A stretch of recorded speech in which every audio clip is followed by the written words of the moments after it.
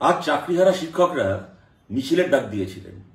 মিছিলের জন্য তারা জড়ো হতে না হতে মানে কয়েকজন মাত্র এসে সবে জড়ো হওয়া শুরু করেছেন, মিছিল শুরু করার প্রস্তুতি নিচ্ছেন। সেই সময় হিড় করে টানতে টানতে তাদেরকে পুলিশের গাড়িতে তুলে নিল মমতা বন্দ্যোপাধ্যায়ের দলদাস চটিচাটা ওই পুলিশগুলো। কেন তুলে নেওয়া হলো? তারা কি অপরাধ করেছে? তারা চুরি করেনি, ডাকাতি করেনি, তবু কেন শিক্ষকরা পুলিশের গাড়িতে, শিক্ষকরা কেন প্রিজন ভ্যানে? কারণটা ভারী চমৎকার। পুলিশের পক্ষ থেকে জানানো হলো, বলা হলো যেহেতু এদের মিছিল করার অনুমতি নেই, সেহেতু এদেরকে চোর ডাকাত ক্রিমিনালের মতো প্রিজন ভ্যানে করে তুলে নিয়ে চলে যাওয়া হবে। এর থেকে আমরা কি বুঝলাম?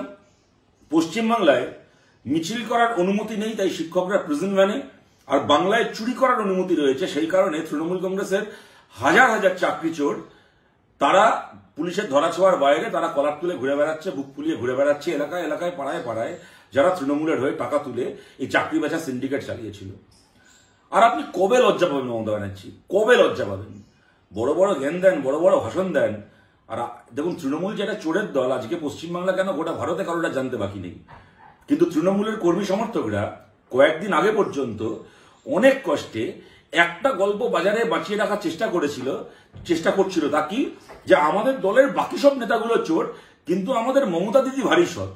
কিন্তু মমতা ব্যানার্জি নিজে সরাসরি কত বড় একটা চোরেদের নেটওয়ার্ক চালাচ্ছেন পশ্চিমবাংলায়, তার আর এত বড় প্রমাণ, এর চেয়ে বড় প্রমাণ কি হতে পারে? আজকে পর্যন্ত বাংলায় চাকরি চুরি করার জন্য, চাকরি বিক্রি করার জন্য একটা লোকের গায়ে একটা পুলিশের আঁচড় লাগলো না। এমনকি আপনারা জানেন পার্থ মানিকের মতো যে তৃণমূলের চোরগুলো জেল খেটেছে বা খাটছে, অনেকে জেল থেকে বেরিয়ে এসছে, কুন্তল শান্তনু মানিকরা, কিন্তু এরাও কেউ পুলিশের হাতে জেলে যায়নি, পুলিশ এদের কাউকে ধরেনি। সুতরাং যে কটা চোর, পার্থ মানিক থেকে শুরু করে সুবীরেশ, কুন্তল, যতগুলো একেবারে চিটিংবাজ রয়েছে তৃণমূলের, একটা লোককেও পুলিশ কিছু করেনি। কিছু কেন্দ্রীয় এজেন্সি ধরেছিল, বেশিরভাগকে এখন ছেড়ে দিচ্ছে।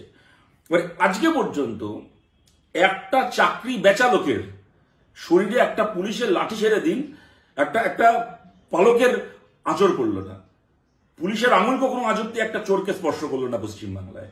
আর দিনের পর দিন মার খাচ্ছে কারা? যারা চাকরির পরীক্ষায় বসে যোগ্যতা সত্ত্বেও চাকরি পায়নি, হয় তারা, অথবা যারা নিজের যোগ্যতায় চাকরি পেয়েছিল কিন্তু তৃণমূলের চোরেদেরকে আড়াল করার জন্য যাদেরকে হাড়ি কাটে বলে দিয়েছেন মমতা ব্যানার্জি, সেই চাকরিহারা এই শিক্ষকরা। আর চোরগুলো কলার তুলে বুক ফুলিয়ে ঘুরে বেড়াচ্ছে। কত বড় দুর্নীতিগ্রস্ত একটা নেটওয়ার্কের মধ্যে আমরা বাস করছি। দেখুন, এখানে দুটো কথা বলার। আজকে যখন এই ঘটনাটা দুপুরবেলা ঘটছে, ঠিক 24 ঘন্টা আগে, গতকাল ঠিক এই সময় আমাদের বাংলা আলিপুরদুয়ারে এসে নরেন্দ্র মোদী বড় বড় ভাষণ দিয়েছেন, অনেক কথা বলেছেন তৃণমূলের দুর্নীতি চুরি সম্পর্কেও। যেটা বলেছেন সব সত্যি কথা বলেছেন, কিন্তু মোদী যেটা বলতে ভুলে গেছেন তা হচ্ছে তৃণমূলের এই চুরি দুর্নীতির তদন্ত ভার আজ বেশ কয়েক বছর হলো মোদীর দপ্তরের অধীনস্থ সিবিআই এর হাতে।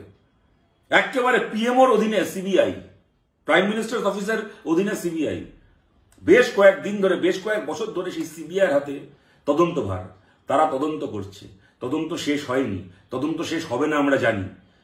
কোথাকার একটা কালীঘাটের কাকু 2 টাকার মস্তান বলেছিল যে আমাতে এসে তদন্ত থেমে যাবে, আমার সাহেবটিকেও স্পর্শ করতে পারবে না। তার কথাটাই ঠিক প্রমাণিত হলো। কাকুর সাহেবটিকেও স্পর্শ করতে পারলো না, কাকু এখন জেল থেকে বেরিয়ে গেছে। একদিকে মোদী সব বলবেন, সব ভাষণ দেবেন, সব বাতেলাবাজি করবেন, খালি এইটা বলতে ভুলে যাবেন। অপরদিকে মমতা বন্দ্যোপাধ্যায়, আপনারা চিন্তা করুন, সুপ্রিম কোর্টের রায় আসার পরে যারা টাকা দিয়ে চাকরি কিনেছিলেন, সেই অযোগ্য, চিহ্নিত অযোগ্য শিক্ষক যারা, এমনকি তাদের একটা অ্যাপিল পর্যন্ত সুপ্রিম কোর্টে শুনতে রাজি নয়। তারা বলছে যে না, আপনাদের অ্যাপিল আর শুনবো না, আপনারা প্রমাণিত অযোগ্য, আপনাদের দুর্নীতির পথে চাকরি হয়েছিল।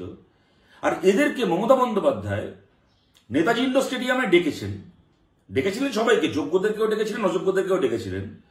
সবাই আশা করে গেছিল বোধহয় যে মমতা বন্দ্যোপাধ্যায় আমাদেরকে ডেকেছেন সুপ্রিম কোর্টের রায় আসার পরে নেতাজি ইন্ডোর স্টেডিয়ামে, আমাদের কোনো সমাধানের উপায় বলবেন, আমাদের সমস্যাটাকে মেটাবেন। তা উনি ওদেরকে ডাকলেন, ডেকে সুবোধ সরকারের কবিতা শুনিয়ে বাড়ি পাঠিয়ে দিলেন। আর তারপরে যখন ছেলে মেয়েগুলো তাদের ন্যায্য দাবিতে কসবায় যেতে গেল, ডিআই অফিসে, যখন বিকাশ ভবনে যেতে গেল, তাদেরকে পশুর মতো মারলেন। এবার যে কথাটা বলার, যেটা আমি বলছিলাম, এই চিহ্নিত অযোগ্য যারা টাকা দিয়ে চাকরি কিনেছে তৃণমূলের লোকেদের কাছ থেকে, তাদেরকে নেতাজি ইন্ডোর স্টেডিয়ামে দাঁড়িয়ে মমতা বন্দ্যোপাধ্যায় বলছেন আমি আগে যোগ্যদের ব্যাপারটা দেখে নিই, তারপরে তোমাদের ব্যাপারটাও দেখব। কে আপনাকে অধিকার দিয়েছে তাদের ব্যাপারটা দেখার? কি দেখবেন তাদের ব্যাপার? এর আগে একবার দেখার চেষ্টা করেছিলেন। আপনার দলের লোকেরা পয়সা খেয়েছে, যাতে সেই পয়সা ফেরত দিতে না হয় তার জন্য আইন পাশ করিয়েছিলেন, মানে সিদ্ধান্ত নিয়েছিলেন ক্যাবিনেটে বসে সুপার নিউমারিক পোস্ট ক্রিয়েট করে তাদের চাকরিকে আপনি রক্ষা করবেন, যাতে তারা ঘুষের টাকাটা ফেরত না চায় আপনার দলের লোকের কাছ থেকে। আপনার সেই চেষ্টা বৃথা হয়েছে, আদালত আটকে দিয়েছে। সেদিন আপনি আবার নেতাজি ইন্ডোরে বললেন যে আমি যোগ্যদের ব্যাপারটাকে দেখে তোমাদের অযোগ্যদের ব্যাপারটাকেও আমি দেখব। একবার মমতা বন্দ্যোপাধ্যায় এটা বলতে পারলেন না? এই যে 6,000 কি 6,500 চিহ্নিত অযোগ্য শিক্ষক শিক্ষাকর্মী রয়েছে, একটা বারের জন্য এটা বলতে পারলেন না আপনি তাদেরকে যে তোমরা কে কাকে টাকা দিয়েছো, আমাকে নামটা বলো। কার কাছে টাকা দিয়ে তোমরা ঘুরপথে, বেআইনি পথে, ভুল পথে চাকরি পেয়েছো? যার লিস্টে নাম থাকার কথা নাই, যে সাদা খাতা জমা দিয়েছে তার লিস্টের উপর দিকে নাম, যে 5 নম্বর অ্যাটেন্ড করেছে তার 90 পাওয়া ছাত্রের পাশে, ছাত্রের আগে তার নাম।